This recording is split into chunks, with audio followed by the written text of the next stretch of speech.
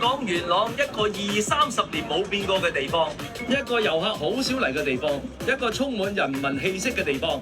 神哥呢個視頻咧就會話俾你知元朗究竟咩地方認真值得去玩嘅，記得點讚同埋收藏啊！下次嚟到元朗你就知道去邊度玩啦，尤其是最後一點啊！第一，元朗行街肯定要去形點商場啦，香港新界西北最大嘅旗艦商場，而且裏邊嘅店鋪規模咧一啲都唔會輸俾海港城噶，300幾間嘅店鋪夠你行一日啦啩！嗱，而家好多店咧都喺度打折㗎啦，買衣服好划算啊！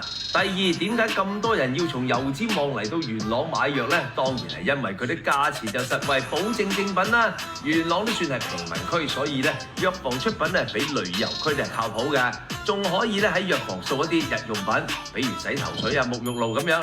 買完之後坐大巴唔使20分鐘翻到深圳。元朗好多人咧掃貨最後一站嚟㗎。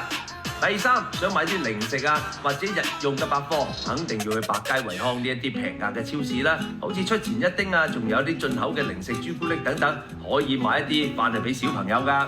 第四，元朗係一個吃貨天堂啊！每間店都有地地道道嘅香港味。想食一啲小食呢，推薦大家去到佑新街啦，譬如亞玉豆腐花、元朗燒賣皇后等等。想感受香港本地早茶，一定要去到大榮華酒樓啦。門口掛上擺滿咗米其林嘅認證，特色嘅豬油撈飯每一台都必點，仲有奶黃嘅馬拉糕，甜而不膩，保證同你之前食嗰啲唔一樣㗎。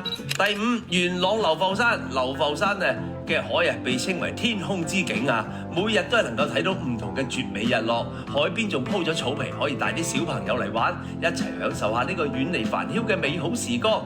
玩完之後，去海鮮一條街食海鮮大餐，仲可以買一啲鹹魚花膠呢啲乾貨返屋企添。關注神哥，帶你領略香港更多嘅精彩。